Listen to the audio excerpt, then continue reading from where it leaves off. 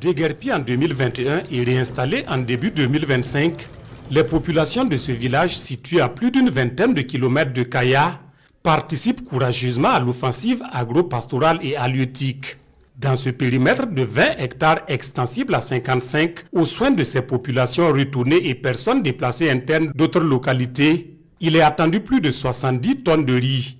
Pour y arriver, il a fallu l'accompagnement des FDS et VDP, des techniciens du ministère en charge de l'agriculture, avec à leur tête le premier responsable, le commandant Ismaël Sombier. Voilà qui justifie cet accueil dans la ferveur.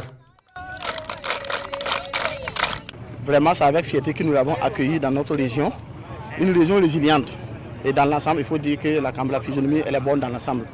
Depuis l'installation de la campagne, on a eu des pluies régulières. Et aujourd'hui, nous sommes dans un site, c'est un bas-fond risicole des populations retournées.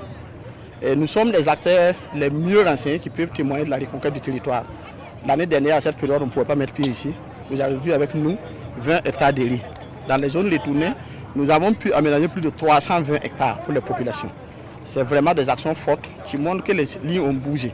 Donc c'est l'occasion pour nous ici de saluer le ministre d'État pour tout l'accompagnement dont nous avons bénéficié. De l'État, ces producteurs ont également bénéficié de plus de 600 kg de semences, 3 tonnes d'engrais, 250 kg de fumure organique ainsi que de labour gratuit. Et la physionomie de la production au stade des piaisons réjouit plus d'un. Remerciements et reconnaissance sont les maîtres mots de ces populations réinstallées. Nous disons merci au capitaine Ibrahim Traoré. Nous sommes de retour chez nous après 4 années passées à Kaya. Nous avons été accompagnés par les FDS, VDP et les techniciens de l'agriculture.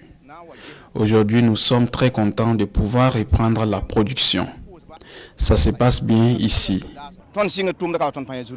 Mais ces braves paysans ne veulent pas en rester là.